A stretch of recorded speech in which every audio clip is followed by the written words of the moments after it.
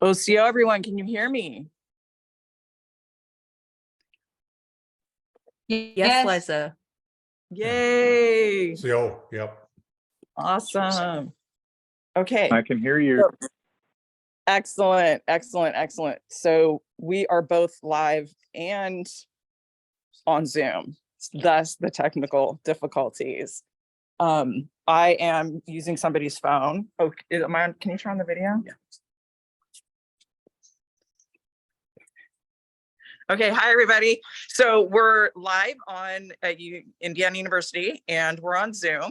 So thank you so much for being here. Let's get started. Really sorry for starting late.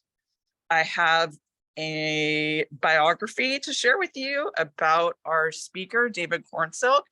And before I do that, I want to say how excited we are to be sharing this hour and a half, actually, with David Cornsilk. And I want to give him my heartfelt thanks for agreeing to do this for us and to share his expertise with us. So thank you, Wajos. Thank you so much, David, for your time and your expertise and your devotion to Cherokee Nation. It gets me emotional. So I am Liza Black. I'm an associate professor of history and Native American and Indigenous studies at Indiana University. I am a citizen of Cherokee Nation, and that is how I met David. So let's also thank the people who paid for this. That includes the Department of History at Indiana University, the program in Native American and Indigenous Studies at Indiana University, the Center for Research on Race and Ethnicity in Society at Indiana University, and the program in Race, Migration, and Indigeneity at Indiana University. I'm seeing stuff in the chat. Hold on. Are we having technical difficulties? Is everyone hearing me okay? Okay. Yeah, you are broadcasting. Okay, cool. All right. Let's get into David's biography. Now, he sent me a humble biography and I unhumbled it a little bit. So I hope you're okay with that, David. David Cornsilk, our speaker for today, lives in Tahlequah, Oklahoma, the capital of Cherokee Nation. Cornsilk was born in Claremore, Oklahoma, on the Cherokee Reservation to John and Tinsey Cornsilk. He grew up in the Eldon, Titanic, Briggs communities, attended schools in Cherokee and Adair counties, and graduated from Briggs Elementary and Tahlequah High School. Later, he attended Northeastern State University in Tahlequah. I'm going to take off my mask. The sound might be a little bit better. Later, he attended Northeastern State University in Tahlequah, a university with a strong Cherokee student presence, where he attained a biology degree in 1981. After graduation from NSU, Cornsilk moved at large to Oklahoma City off the reservation and worked at the research labs of Oklahoma University Medical Center, Oklahoma City Zoo as senior dietitian, and in positions as cultural coordinator for Indian education programs. His Cherokee genealogy business and management experience at PetSmart and Oklahoma State University Medical School led to employment at Cherokee Nation Registration as research analyst. He served in this capacity for Cherokee Nation, totaling 12 years of service. He was editor of the Cherokee Observer and Stillwell Times newspapers. Cornsilk worked as a lay advocate practicing Cherokee law in our tribe's Supreme Court. Cornsilk has participated in important cases with major wins, especially Allen v. Council. This case is key to David's career as it reinstated Cherokees descended from quote unquote freedmen back into Cherokee Nation as full citizens. And he'll be talking more about that in just a moment. As a lay advocate, Cornsilk also lent his expertise on the Cherokee Constitution to the Hathaway v. Smith case, protecting committee appointees from political retaliation, and the case preventing elected officials from violating term limits and defending Cherokee Nation employee rights in Cornsilk v. Hembry. According to our 1999 Constitution, Constitution Convention by our Supreme Court, Cornsilk helped write our Constitution in 1999. A popular public speaker, he has addressed universities nationwide on Cherokee issues. He can read and write in Cherokee syllabary, though not a fluent speaker. Cornsilk has passion for our Cherokee language and culture, making baskets, traditional jewelry, corn husk dolls, and teaching language and culture. David Cornsilk's life experience at large and on the reservation, work history, and deep concern for the welfare of Cherokee people make him uniquely qualified to serve as our principal chief, which he is running for right now. David also runs the Cherokee Language and Culture group on Facebook, vital part of Cherokees, both on the reservation and at large. He devotes hours and hours of his time to this endeavor. So please join me in welcoming our esteemed speaker, David Cornsilk. Thank you. It's always awkward to have my bio read to me. I really appreciate the opportunity that the university has given me. And the thing that I would like to start off with is to acknowledge the land that we are all on as stolen land. The land that I live on is originally Osage land, not very far from Caddo land, and currently is in the possession of the Cherokee Nation, the United Kituah Band, and two other tribes that reside on our reservation, the Delaware tribe and the Shawnee tribe. So I wish that everyone here would just take a moment and to silently say to yourself the land upon which you are standing.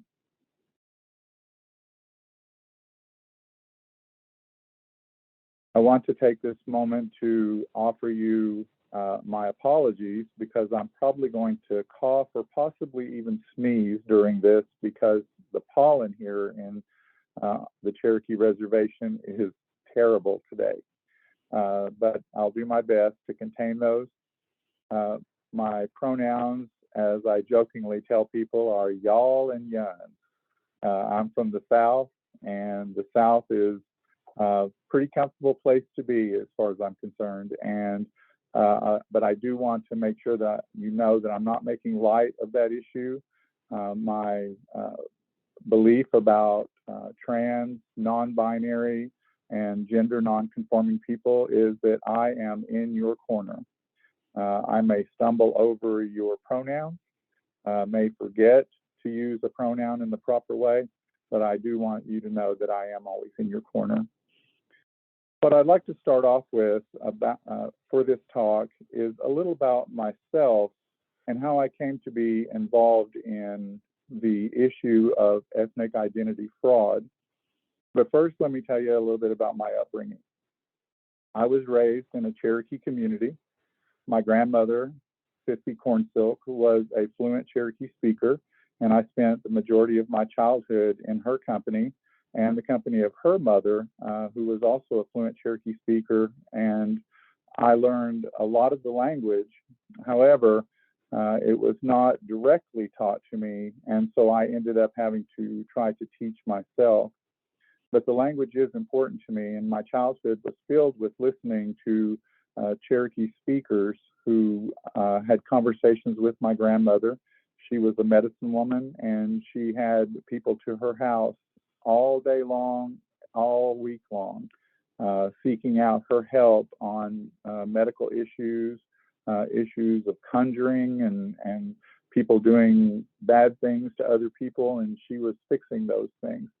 And so I was not a direct participant, but a very interested young observer of Cherokee culture, and it brought to me an appreciation of just what it meant to be a Cherokee, the importance of the language, the importance of the culture, and it also brought an important dichotomy for me, because my mother is white, and so that gave me a foot in two different worlds.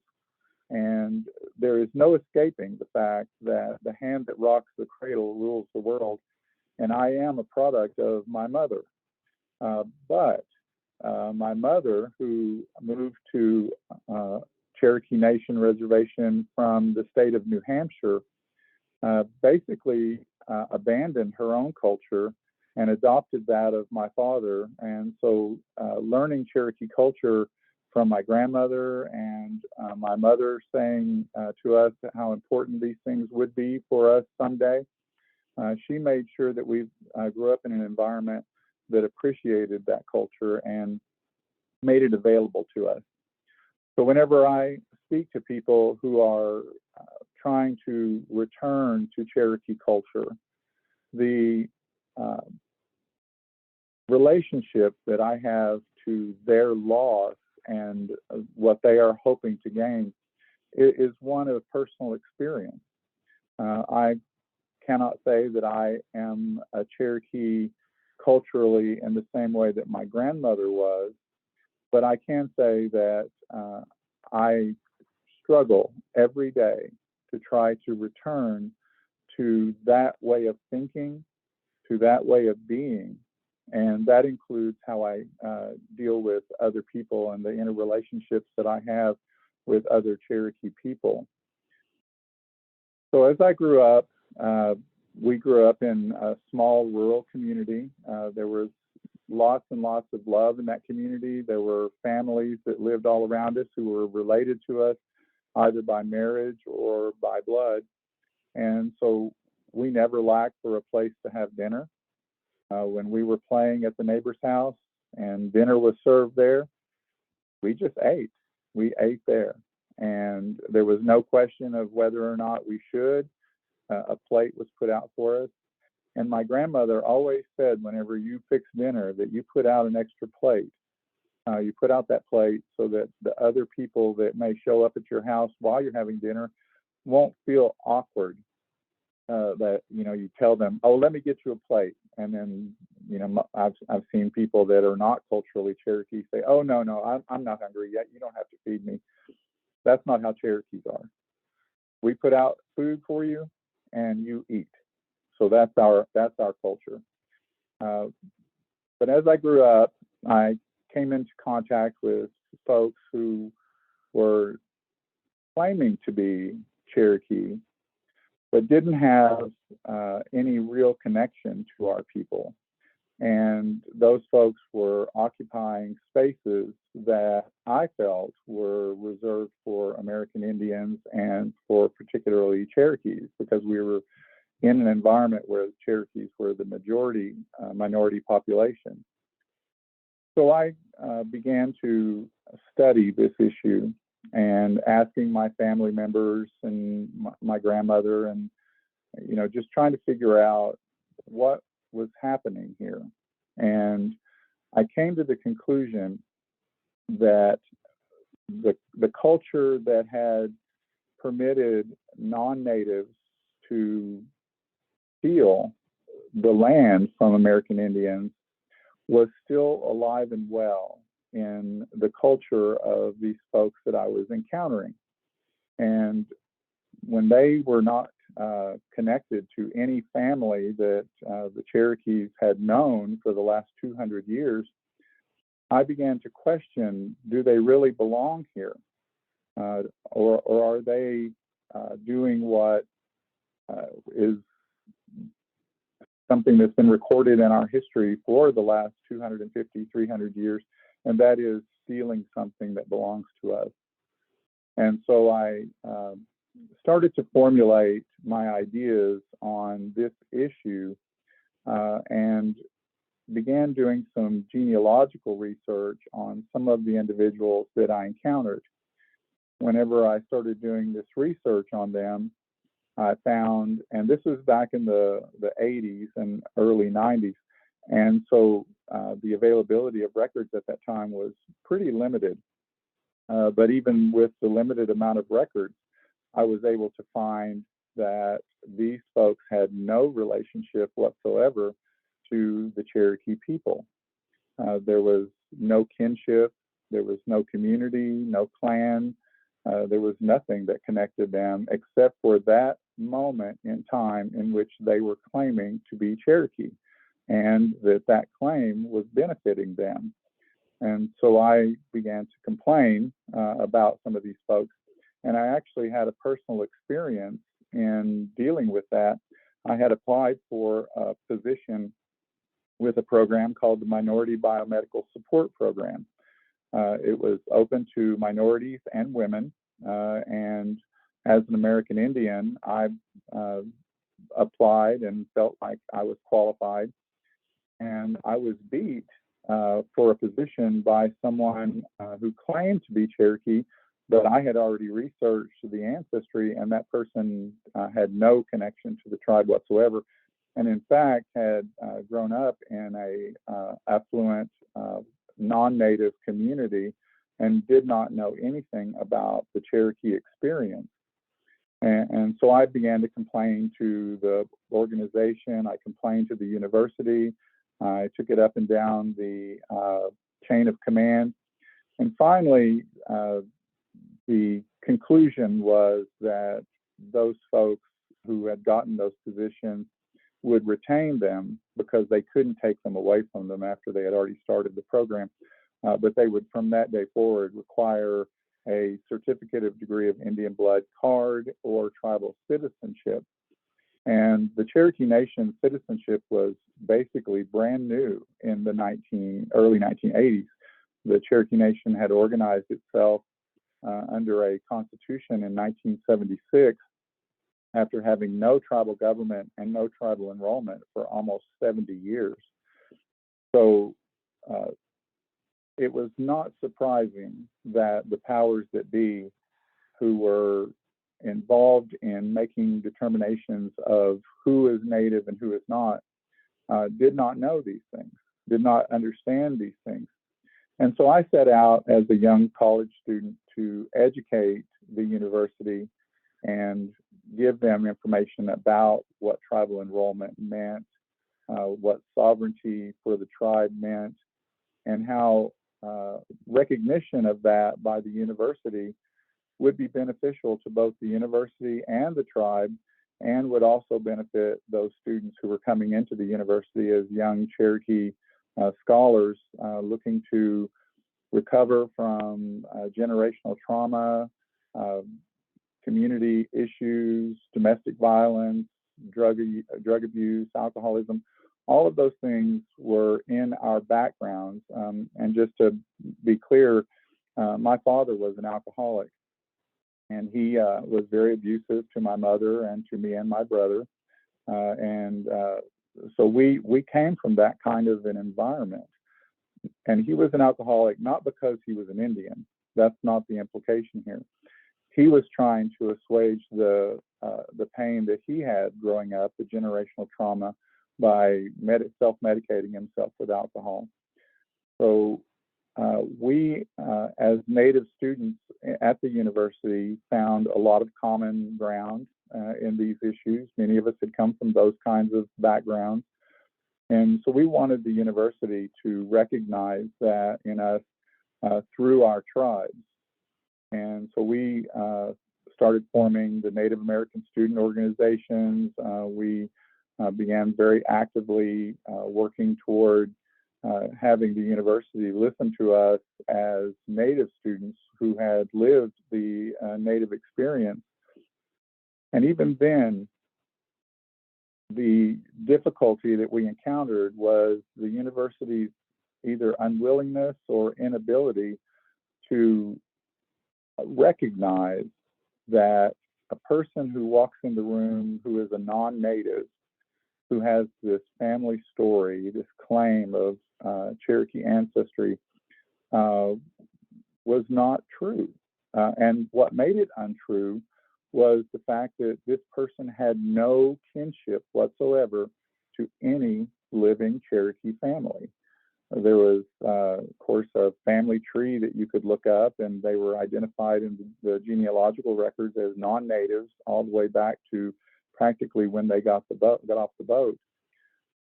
So the university experience for me was one of constantly fighting for a place at the table. And that continued even after I graduated from college. I began to recognize that this problem of non-natives claiming to be American Indians, because there was this misunderstanding of what it took to prove that, was rampant. And even at my own tribe, the Cherokee Nation, I started looking at the American Indian art market. And I found that at the Cherokee Nation, the Cherokee Heritage Center in 1985 had about 87 entries in that year as American Indian artists, most of them claiming Cherokee. And those artists, out of all those artists, only 5 of them were identifiably Cherokee by genealogy and by kinship to other Cherokee families. That meant that 82 of those individuals were not connected at all to the Cherokees and had no proof. They were just simply self-identifying, and they were doing it to enter a lucrative market that allowed them to sell their work as native made. And so at that point, I realized that something needed to be done. So I became very active in trying to get my tribal government and the Cherokee Heritage Center to require tribal citizenship in order for those folks to sell their art. That work culminated in my effort to get the Indian Arts and Crafts Act passed. In September of 1990, myself and a couple of friends launched what we call the Indian Art War. This was an attempt by ourselves to get people to recognize that there were people selling art who were claiming to be Cherokee, but had no proof of that whatsoever. And one example was this woman who claimed to be Cherokee. And so I walked up and had a conversation with her and asked, who are your people? How are you connected into the Cherokee communities? What Cherokee family are you related to? And her response was, oh, well, I don't know a whole lot about my Cherokee ancestry, but I'm also Blackfoot. And I said, oh, okay. Well, I happen to have a friend here who is from the Blackfeet Nation in Montana. He's here looking at Cherokee cultural information. And so I'll bring him over and introduce you. And so I brought him over, and he started asking her the same kinds of questions I asked. Who are your people? How do you connect? And she said, well, I really don't know much about my Blackfoot heritage either. I'm also Cheyenne. So now she's ABC. It was just astounding how she just jumped from one tribe to the next. And my friend who was Blackfeet kind of laughed, and he looked at her and said, you know, if we keep going here, you're going to be all the way to Zuni. And we walked off just in utter dismay. And this woman was taking prize money. She was taking economic opportunity away from American Indians. And she was occupying a space that should have been filled by an American Indian. So I began zealously working on trying to get a law passed in Congress that would stop this problem. I contacted various senators from Oklahoma who I thought would be very knowledgeable about the subject, and found that was not the case either. But we did manage to get Senator Ben Nighthorse Campbell on board. Unfortunately, Ben Nighthorse Campbell turned out later to be a Pretendian himself, and he planted a poison pill in the Indian Arts and Crafts Act by allowing for acknowledgement of state-recognized tribes. And so states have gone just haywire, recognizing various political groups and nonprofits in their states and calling them tribes so that they can draw down federal funds. There are lots of federal funds that don't require federally recognized native recognition. State recognition is acknowledged, and so they get all kinds of money. The Los Angeles Times did an expose of a group out of Missouri who were doing that and had drawn down millions and millions of dollars intended for minorities. So it is harmful. When people ask me, well, what's the harm of someone sitting around the dinner table claiming to be Cherokee? Well, there's not around the dinner table, but it's when they leave the dinner table and enter the public realm that it becomes a problem. And so that was an issue that we began to address with the Indian Arts and Crafts Act. I went to Washington, D.C. in 1990, took a job with the Bureau of Indian Affairs as a genealogical researcher in the branch of acknowledgement. And while I was in Washington, D.C., I was at Capitol Hill almost every day during my lunch hours. As soon as I got off work, I was at Congress People's Office lobbying for the Indian Arts and Crafts Act. It was passed in December of 1990, and I left my job in Washington, D.C. My need to be there was done, and so I left, and I went back to Oklahoma and began working in various American Indian programs and working for the Cherokee Nation as a research analyst in our tribal enrollment office, which, as was mentioned in my bio, ended up being 12 years of service to the tribe. So one of the things that I would like to convey to the folks in this Zoom meeting today is how important it is for you to understand the history. And when someone says to you, I'm Cherokee, that statement is loaded with all kinds of questions that have to be asked to determine if that is factual. The questions of community, family origin, relationships to other families, clan, all of these things are important questions. And a part of our culture, part of the culture of American Indians generally and Cherokees particularly, is to ask the question, who are you? Who are your people? Where do you come from? What relationship do you have to the rest of us? There are today about 450,000 Cherokee Nation citizens whose blood quantums range from 0, because we have individuals in our tribe who are what we classify as adopted whites, and we also have descendants of our former slaves called freedmen. Some of the freedmen actually have Cherokee Indian blood, but it was not allowed to be counted because of racism in the 1900 era. And so because they had African ancestry, they were just simply placed on the freedman roll with no blood quantum. But we know they have Cherokee blood. We count them as our kinfolk. So when we encounter someone who says, I'm Cherokee or I'm American Indian, we have a right as Indian people to ask these questions, to find out from them, how do you fit in? And then if they say, well, I'm a member of a state recognized tribe, well, then we have the right, and I believe the obligation, to ask the question of what recognition process was used to give your group state recognition. My investigations into state recognition across the board, from Louisiana, Alabama, Texas, Georgia, Virginia, South Carolina, North Carolina, is that there is very little in the way of vetting for these organizations. They just simply call themselves American Indian. They look through a history book of the area in which they reside and find historic names of tribes that no longer exist, and they lay claim to those tribes, or they completely make up a name altogether. And so understanding what's going on at the state level is very important. When someone says, I'm a member of a state tribe, then we need to know what happened. How did that come about? Now, I'm not saying that all state tribes are not validly American Indian.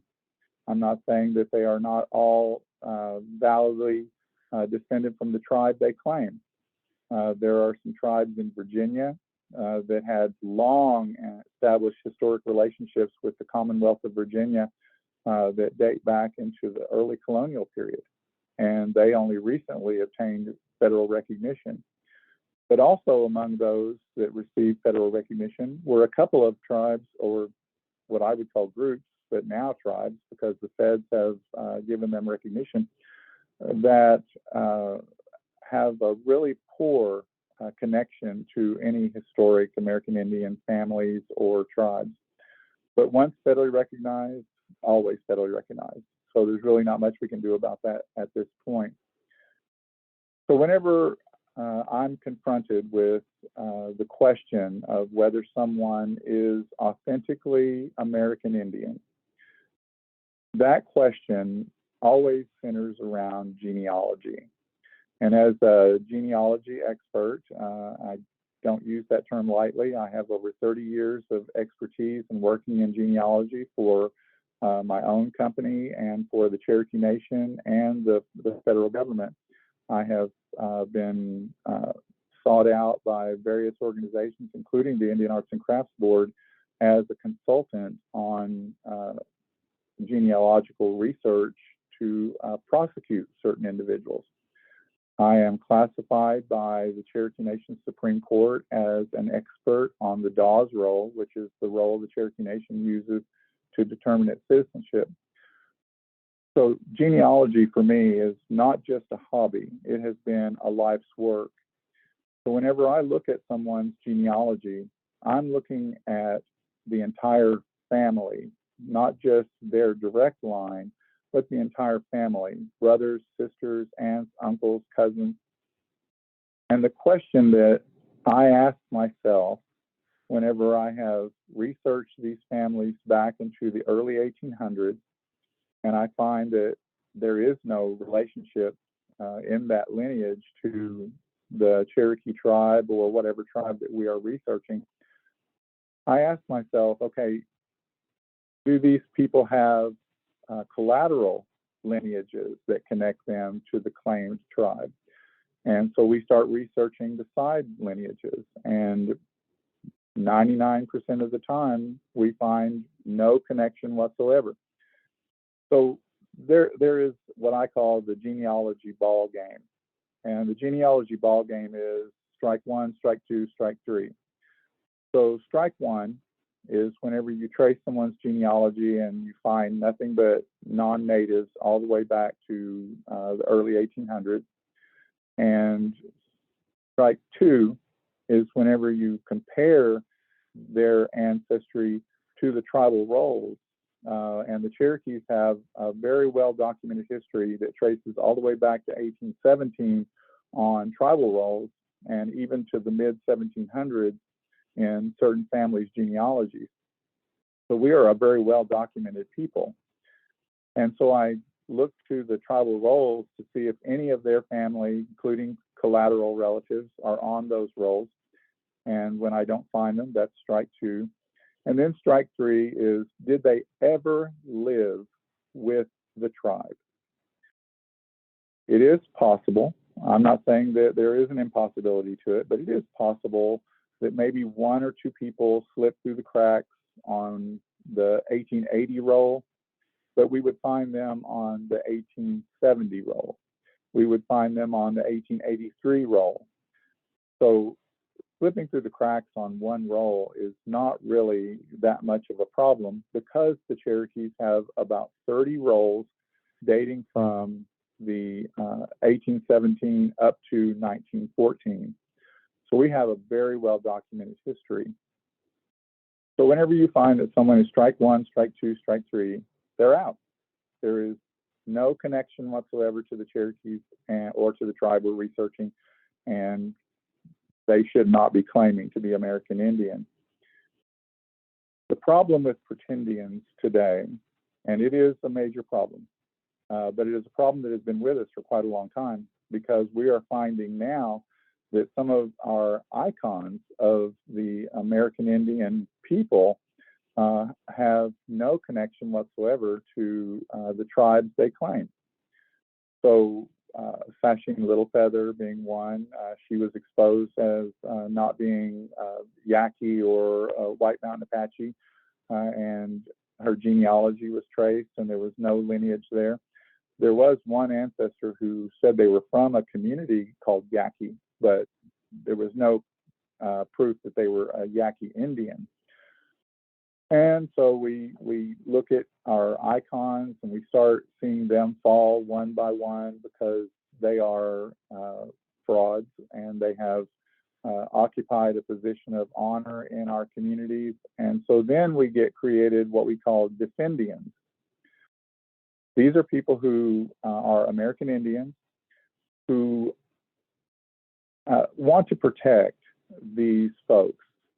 We have right now a woman named Heather Ray Bybee, who is a producer in Hollywood. She is occupying a position of fame that really should be a real Indian person. Her genealogy doesn't pan out. Her genealogy has been traced all the way back to practically when those folks got off the boat from Europe, and there is no American Indian ancestry there. So the question that we have to ask ourselves as American Indians in relationship to this person who has done good work, can she become an ally? Well, my answer to that is yes. I would absolutely accept her as an ally, as long as they stop claiming to be Cherokee, stop claiming to be American Indian, and just claim to be one of our allies. And I'm good with that. But we have people who are Pretendians who absolutely cannot accept that this person is not an Indian. And you know the old saying of it's easier to get someone to believe a lie than it is to get them to accept that they believe the lie. And that's what I think is happening with Pretendians. They are using their position in the American Indian community to defend someone who is indefensible, to defend a process that is indefensible. So I deal with that all the time. You know, people attack me based on my opinions by calling me names, saying that I'm a terrible person or I'm uneducated or I'm not really a genealogist or whatever it is that they might want to say, rather than addressing the real issue. And the real issue is that you have a person standing in front of you who has no relationship to the tribe they claim. And so what is it that makes them American Indian? Is it their claim? Does a thief own a car because they're driving it? No. And so I have a really tough time feeling sorry for Pretendians when they get put in their place by people who are working to protect the sovereignty of American Indian tribes. And identity, citizenship, is the basis of tribal sovereignty. If we are not recognizing and acknowledging and promoting the sovereignty of American Indian tribes by saying that their enrollment processes are meaningful, their enrollment processes belong to them. When someone says, oh, that's colonized, that's federal BS, and we shouldn't be doing that, my response to that is the tribe uses its own processes, makes its own decisions. We're not living in the day of the BIA tribal constitution. Tribes have the power to create their own constitutions. And here in Oklahoma, the tribes have abandoned the notion that the BIA has any power to even tell us what to put in our constitutions. So tribal citizenship is tribal sovereignty. And whenever someone is allowed to occupy space that should be occupied by an American Indian, an authentic American Indian, it's an attack on tribal sovereignty. So with that said, I want to give you just a really short historical version of the Cherokee people so that you can clearly understand why, when someone says, I'm Cherokee, that an investigation of that question, of that statement, can reveal a whole lot about whether or not that person really is what they claim. Our history, as I mentioned earlier, we have 30 tribal rolls that were created beginning in 1817. I'm just your average Cherokee. I'm not anybody special, even though I do some very special things, but my genealogy is really nothing out of the ordinary. I have 9 ancestors on the Dawes roll. My children, I was married to a full blood, and my children have 20 ancestors on the Dawes roll. My grandchildren, both of my children are married to Cherokee Indians, and my grandchildren have about 28 ancestors on the Dawes roll. And we're all just average Cherokees. We're nobody special, even though I think my grandchildren are pretty special. So looking back in our history, the Cherokee Nation was broken. If you picture the federal government having possession of a beautiful piece of pottery, which is the Cherokee people, and they drop it and they break it into 3 different pieces. Those 3 different pieces are today the Cherokee Nation, the United Kituwa Band, and the Eastern Band of Cherokees. And they constitute the bona fide sovereign governments of the Cherokee people. Our constitutions or governing documents represent the will of the people. They are not imposed upon us by the federal government. They're not a BIA cookie cutter constitution.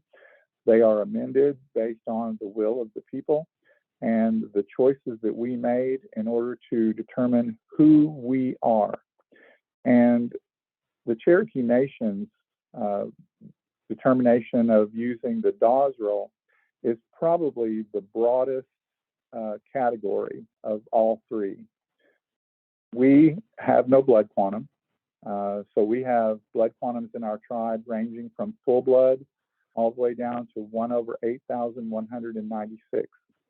Each one of those individuals possesses 100% Cherokee citizenship. And that is what the Cherokee Nation is seeking in determining whether or not someone is eligible for enrollment. They're not looking for blood, they're looking for citizenship. And that's why the freedmen, who are descendants of citizens of the Cherokee Nation, of a class of persons whose ancestors had once been slaves, are 100% Cherokee. The adopted whites, who are probably about maybe 20 individuals in our tribe, they descend from individuals listed on the Dawes roll. They have no Indian blood whatsoever, yet they are 100% Cherokee because they possess citizenship in the Cherokee Nation. So when someone says, well, I'm a Cherokee, but they don't have that citizenship, that is an affront to the sovereignty of the Cherokee people. They are telling us, and whomever may be acknowledging them, that our institutions are of no consequence, that they don't matter. And I've actually heard people who are claiming to be American Indians but have no proof of that say that they actually hate enrolled Indians. Well, okay, they can hate us, that's okay. We don't hate them, we just hate what they do. We hate that they try to occupy our spaces and take our economic opportunities and undermine our sovereignty. So there's not a mutual hatred there, it's just a hatred of their behavior.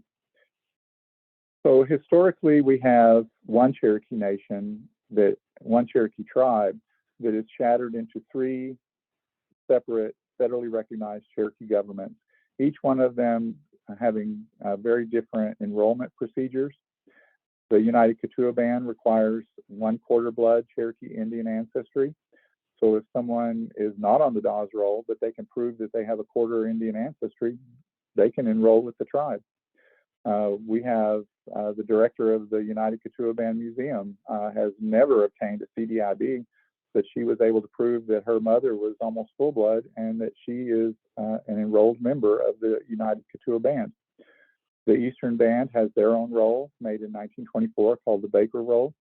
They also have a minimum blood quantum of 1/16, and intermarriage is inevitable. We know that families will marry outside of the tribe, and blood quantum will be lowered each generation, and eventually there will come a family member who is no longer eligible for citizenship. I believe the Eastern Band calls them first generation whenever they fall below that and they're still eligible for services through the tribe. The United Ketua Band has no provision for people who are less than 1/4, because those folks, if they have an ancestor on the Dawes roll, can join the Cherokee Nation, because we have no minimum blood quantum in our tribe. So very different, but very broad and encompassing enrollment processes.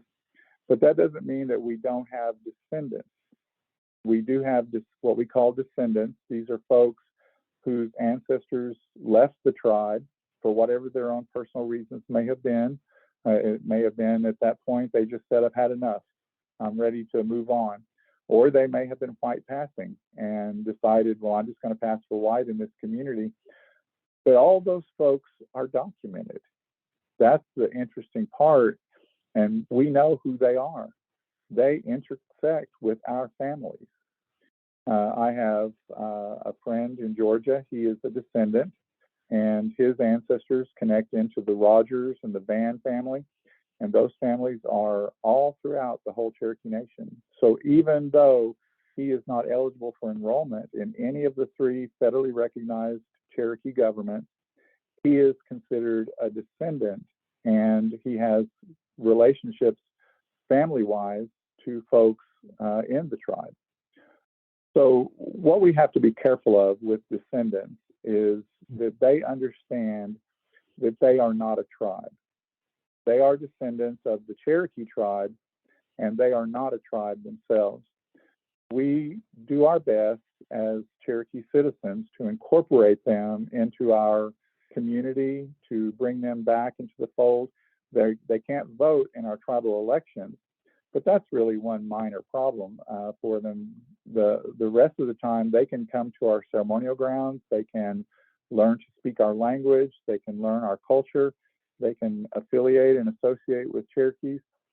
So I'm basically, everybody has a hobby, and my hobby is collecting descendants. I actively, from a genealogical standpoint, look for people who can prove that they are descended from the Cherokee tribe that have no possibility of enrollment. I have collected descendants of several, and I know that sounds awful to say it that way, but in my friend circle, we'll say it that way, friends who are descendants of Chief Shoeboots. I have friends who are descendants of Nancy Martin Davis. I have friends who are descendants of a full-blood man named Golegwa. These are all descendants of Cherokees whose ancestors decided that they didn't want to stay with the tribe at that point in history. Their descendants today are very eager to learn, very eager to come back, and so we embrace them. We bring them in. And I know it was mentioned earlier that I have a group on Facebook called Cherokee Language, Culture, and History. And Cherokee folks who are members of the 3 federally recognized tribes and their spouses. We do include spouses because we want the whole family to learn about culture. We bring those folks together and talk about those cultural things that they want to learn, and language and that sort of thing. So we also bring in the descendants. And when they're among us, they're not treated any differently than the rest of us. They are welcomed. They are treated like family because they actually are family. So when we're talking about someone who claims to be Cherokee and has no connection, we compare them to these descendants. So your ancestry is all the way back to the early 1800s, no connection to the tribe whatsoever. And this other person over here whose ancestors left the tribe and they're not eligible for enrollment, and their ancestors are connected to the tribe. They're connected to real families. And so the strike 1, strike 2, strike 3 works for the person who is claiming but can't prove, but it doesn't work for the person who is a descendant. because they are related to us. So making sure that we're not throwing the baby out with the bathwater in this process is very important. When someone is a descendant of an American Indian and the proof is there, then we acknowledge that. We make sure that we know that that person is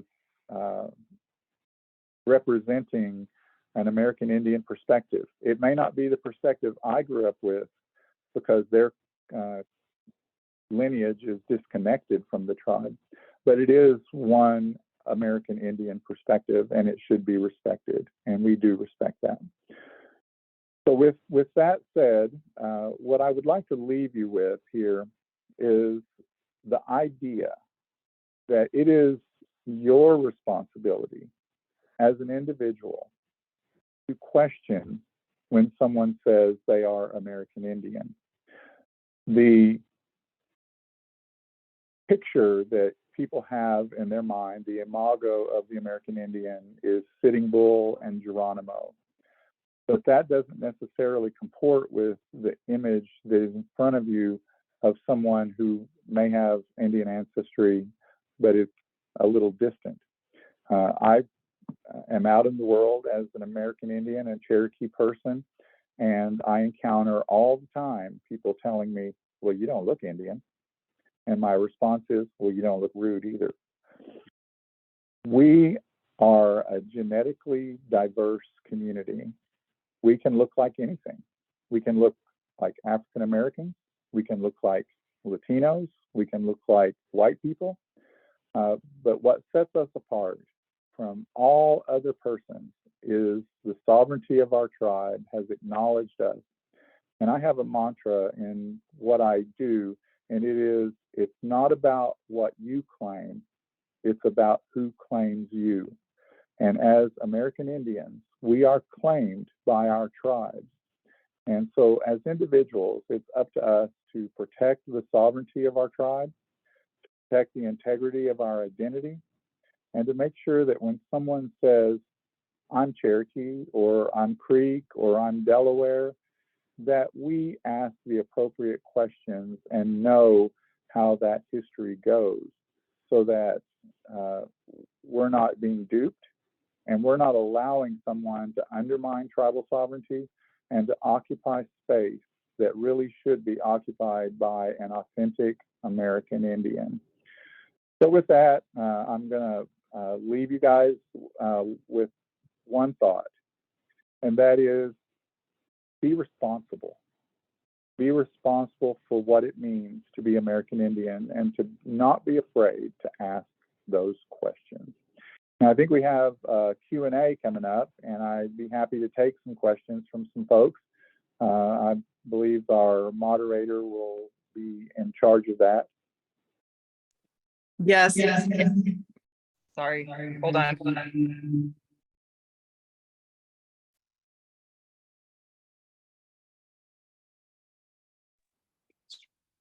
I think I hear an echo. Yeah, sorry about that. I think we're back to no echo, right? Okay. Okay. David, if you want to take a quick break and get a drink of water or anything like that, that's fine. You've been speaking for an hour. If you want to turn off your camera for just a second, and maybe that will give people a moment to kind of gather their thoughts, see what questions or comments they might have. There's been a little bit of chat in the chat, and some of those have been comments, some have been questions. So I am, we can all see the questions. Unfortunately, I don't have a way of having it set up just for me. We need to clap though first. Thank you so much for a great talk. Everybody, if you can find your emoji and give David a round of applause. Thank you so much for sharing your wisdom with us and your expertise with us. That was really, really helpful and funny. Also, you can see me laughing, but I was laughing at times. Some of what you said was just funny. You don't own a car just because you're driving it. I want to make sure that if that's a question about the freedmen, that we do get to that, because I know that I just kind of skated over that a little bit. But I want to make sure that if someone does have a question about the freedmen, that we do talk about that. Absolutely. Maybe we should start with that, since that's kind of at the forefront of your mind right now. Maybe you should should start with discussing Cherokee Freedmen, and then that will also give people time to collect their thoughts and see if there's something that they want to put into the chat, or they can raise their hand. If you can find the raise your hand function, you can raise your hand and we can call on you and you can unmute yourself. So yeah, please go ahead, David. Okay, well, I'll do that. My involvement with the American Indian movement quite a few years ago brought me into contact with some folks who were of African descent, and they started talking about a historical issue in the tribe that I literally knew nothing about, and that was the freedmen. And this was in the 1970s. And so I began to research, do what I'm trained to do, and that is to research the issues and find out what's going on. And what I found and came to a conclusion in the early 1980s was that the Treaty of 1866, which was the treaty between the Cherokee Nation and the United States that brought us back into the American family of government, was very explicit about the relationship of the freedmen to the Cherokees. And I started looking at our Constitution, and I realized that our Constitution in 1976 had said that enrollment was based on lineal descent from the Dawes Roll, and the freedmen had ancestors on the Dawes Roll. And so I started to look at all of their enrollments to see if any of them had Cherokee Indian blood, because that's the training that we've had from 1906 was to be concerned about blood, CDIB cards and that sort of thing. And I realized pretty quickly that the issue of the Cherokee freedmen was even bigger than the issue of blood. And it was an issue of the functionality of the treaty. And at that point, everyone believed that the treaty had been nullified. And of course, at that time, they also believed that the reservations had been nullified, and we know that wasn't true. And so I began advocating for the freedmen. And in 1988, I wrote a letter to Chief Wilma Mankiller asking her to investigate the issue and to do something to resolve it for the freedmen. And, nothing against Chief Mankiller, but her position at the time was that the freedmen had been left out of the tribe, that there was no reason to even bother looking at them. And whenever a freedman application came in to tribal enrollment, it was simply dismissed. And so I left working for the Cherokee Nation in 1990 and continued trying to figure out, how am I going to get the issue of the freedmen resolved? And I came to the conclusion that it needed to be resolved in the Cherokee Nation's court system. There had been a lawsuit in federal court, and that had been dismissed by the judge because they said that this was an internal matter of the Cherokee Nation and the Cherokees should resolve it themselves. And so I set out to find a plaintiff, and I found Bernice Riggs, and we filed a lawsuit in 1995, and we lost that lawsuit in 1999. The Cherokee court had been completely vacated in a very controversial era in our tribe, and new judges were appointed who didn't even hear the case, and they ruled against us. In the cover of darkness, neither I nor the plaintiff was told that she had lost. We didn't know for 2 years. We thought the case was just still sitting there. So whenever I found out that we had lost, I was very disappointed in my tribal government. I was disappointed in my tribal court. So I decided at that point that I was not going to bother with the case anymore. And I was in Tulsa working at PetSmart, and I was approached by a descendant of the freedmen and asked to come to a meeting and just tell the history. So I went to that meeting, and an elderly freedman lady came up to me, tears in her eyes, and she said, "I don't understand." She said, "I've been Cherokee my entire life." And she said, "But whenever I turned in my application, they rejected me." And I said, "Well, here's what's happening. And I explained the situation to her, and they say that you all, the freedmen, have been excluded. And I don't believe that to be the case. And so she said, well, what can we do? And I said, let's sue. And so I filed a lawsuit on behalf of Lucy Allen. And that lawsuit took 2 years to get through. We filed in 2004, and we won that lawsuit in 2006. I was a manager at PetSmart at the time, and I hear my name over the loudspeaker, and it says, David Cornsilk to the front office, David Cornsilk to the front office. And I thought, oh my gosh, what have I done? And so I got up there, and these pages were falling out of the fax machine. And all the other managers were standing around reading them, and they all looked up at me and said, are you a lawyer? And I said, no, I'm a lay advocate in our tribal court. And they said, you just won a lawsuit. And so I started reading, and as it turned out, we won the lawsuit that brought the freedmen back into the tribe through our constitution and our tribal court. And it was an amazing moment in history, but it wasn't to last, because the former chief, Chad Smith, did not want the freedmen in the tribe. And so he sponsored a petition to amend our constitution to remove the freedmen and intermarried whites from the tribe. And they added the intermarried whites because they wanted to make it look like they weren't being racist. But in fact, they were, because the intermarried whites are married to Cherokee Indians. So all of their children are on the Indian section of the roll. So they weren't accomplishing anything that way other than try to make themselves look better. So that petition was successful, and the Cherokees voted in 2007 to remove the freedmen, and they were kicked out of the tribe. And that launched a federal lawsuit that culminated in the Nash case in Washington, D.C. In 2017, where the federal court told the Cherokee Nation the Treaty of 1866 is still valid, that the language regarding freedmen citizenship is still enforceable, and you must enroll your freedmen. And so Bill John Baker was the chief at that time, and he immediately launched an enrollment of the freedmen. I was working in tribal enrollment at that time, and I was the freedmen advocate in the tribal enrollment office. And then they had appointed a freedmen advocate in the Attorney General's office, and we worked together to get freedmen enrolled.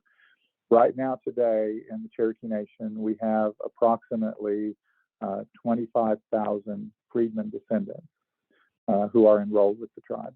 And I'm very proud of that fact. I'm proud of my work. And I'm proud of the Cherokee people for embracing the freedmen descendants. We did have a hiccup in 2021. Two words are found in our Constitution that you must be by blood in order to run for office. We had a freedman candidate who was running, and she was challenged based on those two words. And our tribal court issued an opinion, a court order, removing those two words from our Constitution. I disagreed with that, even though I believe those words should be removed from our Constitution. The process has to be what's found in the Constitution, which is a vote of the people. Our leadership did not trust the Cherokee people to do the right thing. They did not trust their own leadership to convince the Cherokee people of what the right thing was. And so they amended the Constitution with a court order. Well, we all know, based on Roe v. Wade, that a court order is only good until the next court order. And so if there's a change in administration that is hostile to the freedmen, and there are two candidates running who are very hostile to the freedmen, and if they happen to win, we're going to see another court case in which the freedmen are probably excluded from the tribe again. So we really need to amend our Constitution in the proper way. So anyway, that brings us to where we are today. The freedmen are members of the tribe, and they're voting in large numbers in this election, and I'm excited to see that.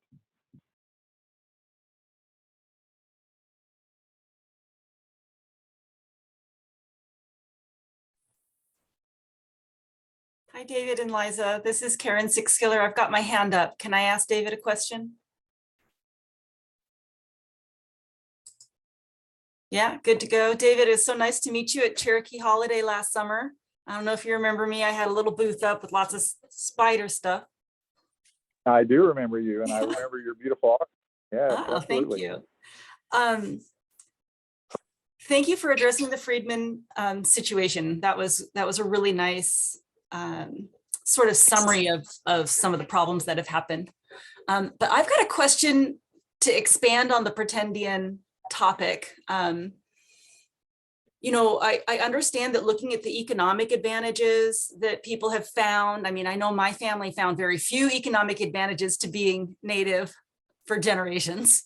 And this seems to be a newer phenomenon, but I think it's a deeper thing. And I wonder if you're willing to speak on that. I put some comments in the chat that I'll just sort of reread so that you can get the context. Like recently I saw these t-shirts on Facebook and it said something like non-native, but 100% Indian at heart. And then the very next t-shirt for sale was this like very grim looking, you know, stereotypical Indian in a war bonnet with giant Cherokee across the bottom. And it just seems to, it really brought to the forefront a feeling I've had for a while, that so many people want to be able to claim Native ancestry.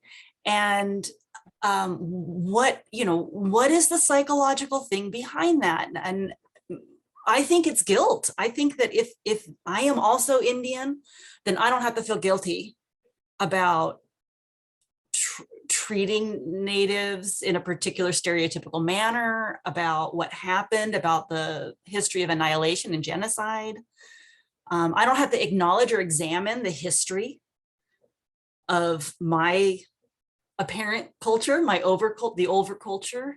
Have you, in your experience, and I know that this is not maybe, I know that you haven't done empirical research because I asked you about that before I attended, and you're like, no, this isn't an empirical research. But are you aware of anything? Why do people want to claim it so badly, even if there's no economic advantage? Well, Karen, that's a very good question. And I really appreciate the fact that you touched on some of the answers to your question. And I believe that it is very, very diverse in determining what drives someone to occupy space that they know they do not deserve. There was a woman in Canada. She was the head of the American Indian Health thing in Toronto, I believe, or somewhere in Canada. And from a genealogical standpoint, it was very easy to determine that she had no American Indian ancestry whatsoever, and all of her ancestry was Eastern European. And, you know, of course, she had an appearance that gave her cover. She had some darker skin. She had some Roman features that are sometimes stereotypically associated with American Indians. I mean, I have this big nose, so I understand how stereotypes are work, or how they work. But in speaking directly to her issues, it became very apparent in her responses to what was happening that occupying that space was purely economic. It has, now I can't address the day that she decided, you know, that may have been something a little more ethereal that we're not able to really put our finger on. But as she progressed through those processes that took her to the pinnacle of that profession, claiming to be an American Indian, it appeared to me that it was purely economic. And in my research, and of course, again, it's not scientific research, but in my experience in dealing with Pretendians in the Indian art market, that too is purely economic. That these folks know they're not Indians. They know that they do not connect in any real way. When they paint a picture of an Indian man with a feather in his hair and an eagle flying behind his head, they know they have no relationship to that. That's a stereotype that they have in their head, and they've portrayed it. And they're not marketing those artworks to Indian people, because we can see through that. They're marketing their artwork to collectors who don't know any better. But, you know, we have questioned many times when we encounter a Pretendian, what is the driving force behind this?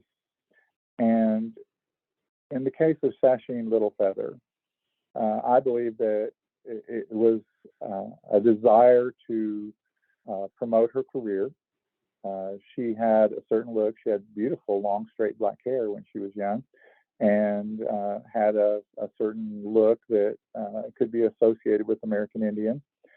And so I think she saw an opportunity there and just decided that she was going to take advantage of it, because nobody was questioning it.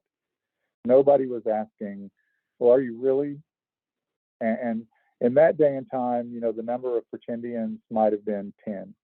You know, we have Sasheen Littlefeather and Buffy St. Marie, and, you know, there's going to be some people on here who are probably going to be in shock that I said Buffy St. Marie.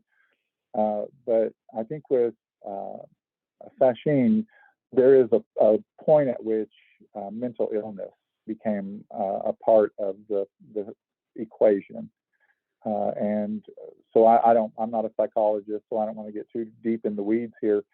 But I do believe that there comes a point where they just convince themselves that they are what they've claimed. And so then they just continue that. And it could be too that they're just too deep into the claim, and it would be too embarrassing or too detrimental to backpedal on it. And with Buffy St. Marie, you know, the issue with her is I think a really difficult relationship with her family. And you know, she's Italian. She's not American Indian. She's not Cree. She was not born in Canada. She was born in Massachusetts to white parents, and her entire life story is a fraud. And so it's possible that she got in too deep at some point. You know, somebody might have said, "Are you Native? You look Native." And click, click, click, and oh yeah, I am. And so then she found a niche and occupied that niche for 3 decades, a very, very long career, claiming to be American Indian. But what I think drove her to use this claim to drive a wedge between herself and her family was a really difficult relationship with that family. And so she basically divorced her family by becoming an American Indian while they remained white. I hope I answered you. I'm not sure if I did, but yeah, I think there's a difference in degree. Like, I'm realizing when you say Pretendian, you're talking about people who are actively claiming that they're Native and using that somehow in their career, versus the plethora of people that I meet all the time who say, oh yeah, I'm Native. Sure, my family's Cherokee. I had a grandma who lived in Tennessee. And then yeah, there is a difference there. And you know, we have 2 terms. One is Pretendian, and that is someone who is actively, as you said, seeking economic advantage based on a false claim of American Indian ancestry. And then we have wannabes. And you know, wannabes are